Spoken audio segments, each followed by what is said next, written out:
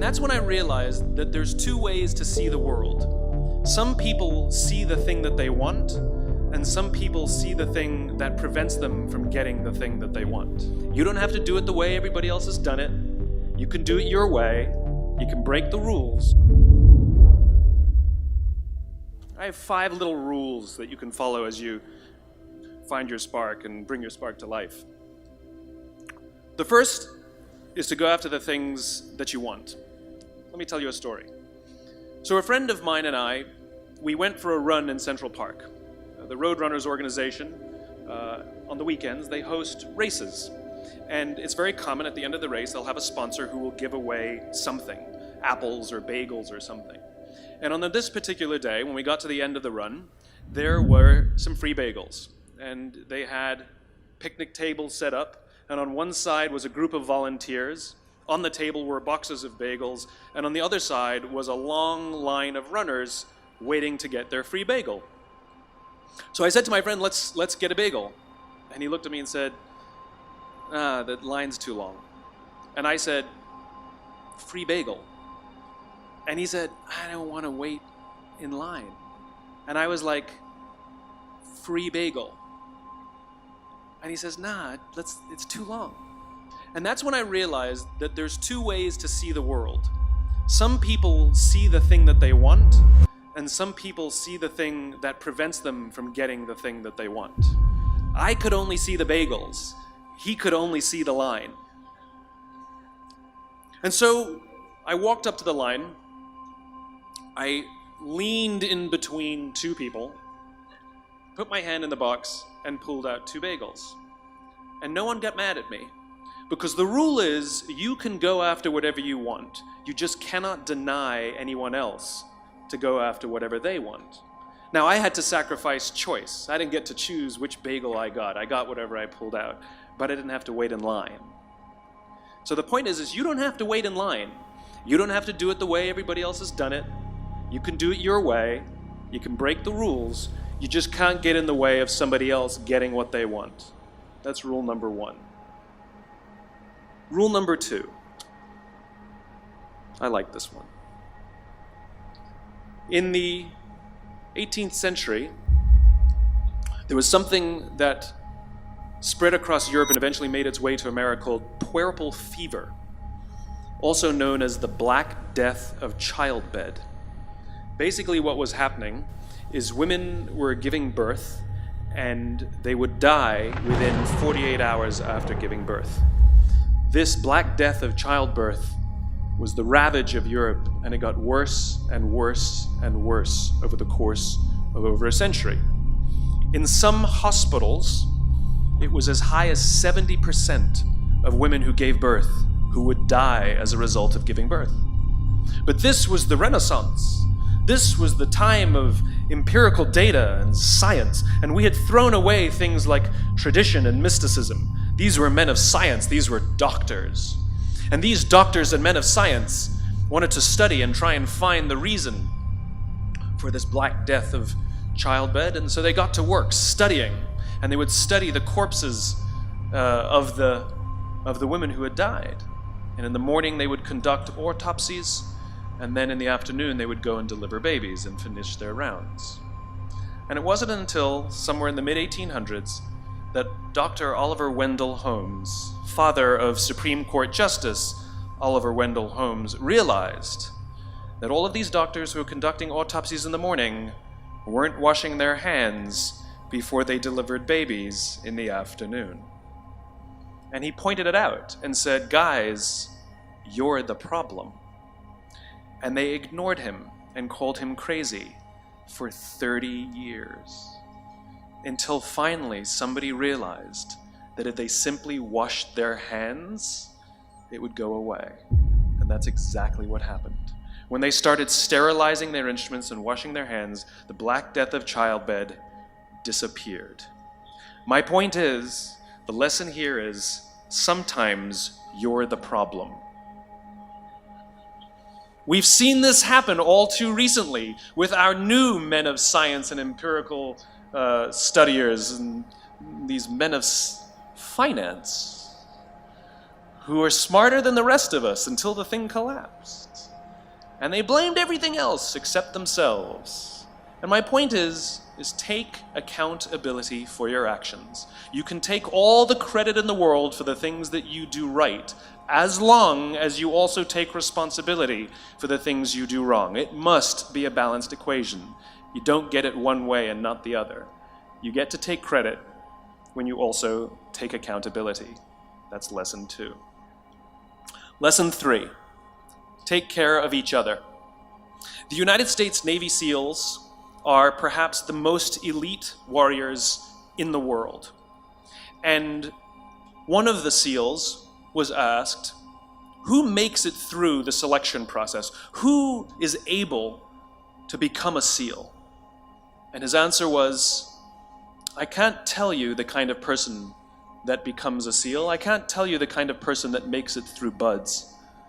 But I can tell you the kind of people who don't become SEALs. He says the guys that show up with huge, bulging muscles, covered in tattoos, who want to prove to the world how tough they are, none of them make it through. He said the preening leaders who like to delegate all their responsibility and never do anything themselves, none of them make it through. He said the star college athletes who've never really been tested to the core of their being, none of them make it through. He says some of the guys that make it through are skinny and scrawny. He said some of the guys that make it through, you will see them shivering out of fear. He says, however, all the guys that make it through, when they find themselves physically spent, emotionally spent, when they have nothing left to give physically or emotionally, somehow, some way, they are able to find the energy to dig down deep inside themselves, to find the energy to help the guy next to them. They become SEALs, he said. You want to be an elite warrior. It's not about how tough you are. It's not about how smart you are. It's not about how fast you are. If you want to be an elite warrior, you better get really, really good at helping the person to the left of you and helping the person to the right of you. Because that's how people advance in the world. The world is too dangerous and the world is too difficult for you to think that you can do these things alone. If you find your spark, I commend you. Now, who are you going to ask for help, and when are you going to accept help when it's offered? Learn that skill. Learn by practicing helping each other. It'll be the single most valuable thing you ever learn in your entire life. To accept help when it's offered and to ask for it when you know that you can't do it. The amazing thing is when you learn to ask for help, you'll discover that there are people all around you who've always wanted to help you. They just didn't think you needed it because you kept pretending that you had everything under control. And the minute you say, I don't know what I'm doing, I'm stuck, I'm scared, I don't think I can do this, you will find that lots of people who love you will rush in and take care of you. But that'll only happen if you learn to take care of them first. Lesson 4. Nelson Mandela is a particularly special case study in the leadership world because he is universally regarded as a great leader. You can take other personalities, and depending on the nation you go to, we have different opinions about other personalities. But Nelson Mandela, across the world, is universally regarded as a great leader. He was actually the son of a tribal chief. And he was asked one day, how did you learn to be a great leader? And he responded that he would go with his father to tribal meetings. And he remembers 2 things when his father would meet with other elders. 1, they would always sit in a circle. And 2, his father was always the last to speak. You will be told your whole life that you need to learn to listen. I would say that you need to learn to be the last to speak. I see it in boardrooms every day of the week. Even people who consider themselves good leaders, who may actually be decent leaders, will walk into a room and say, here's the problem, here's what I think, but I'm interested in your opinion, let's go around the room. It's too late. The skill to hold your opinions to yourself until everyone has spoken does 2 things. 1, it gives everybody else the feeling that they have been heard.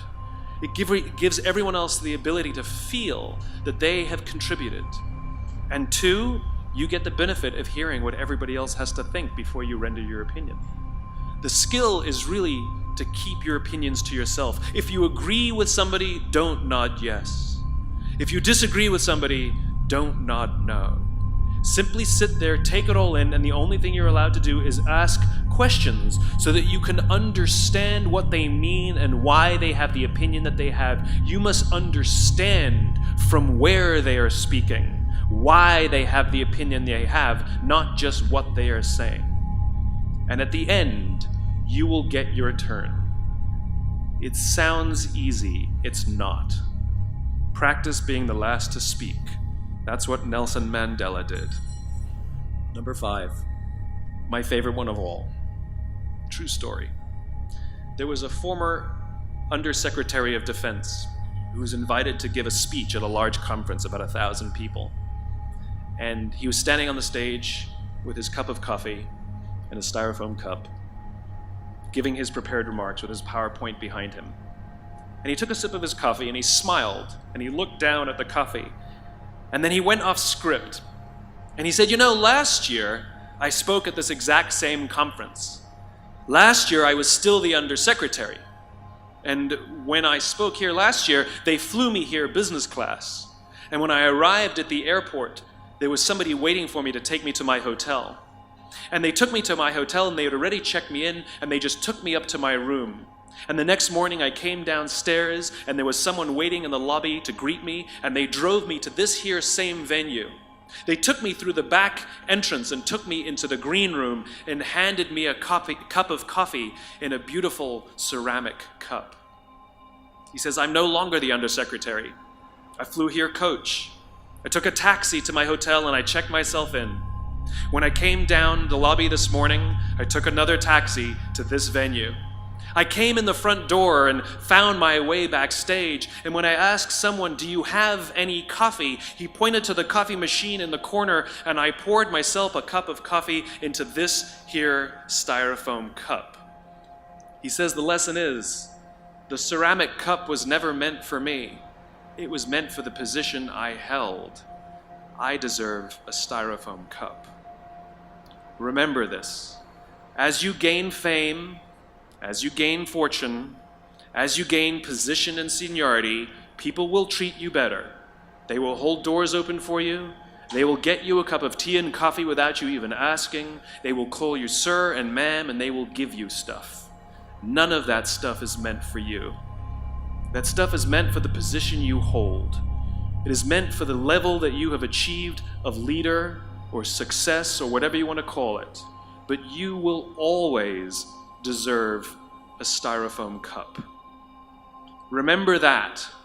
Remember that lesson of humility and gratitude. You can accept all the free stuff. You can accept all the perks. Absolutely, you can enjoy them. But just be grateful for them and know that they're not for you. I remember getting off the Acela.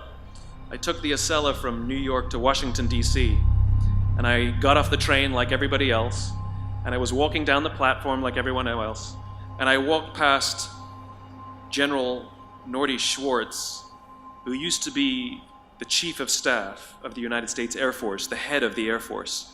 And here I did, you see a guy in a suit schlepping his own suitcase down the platform just like me.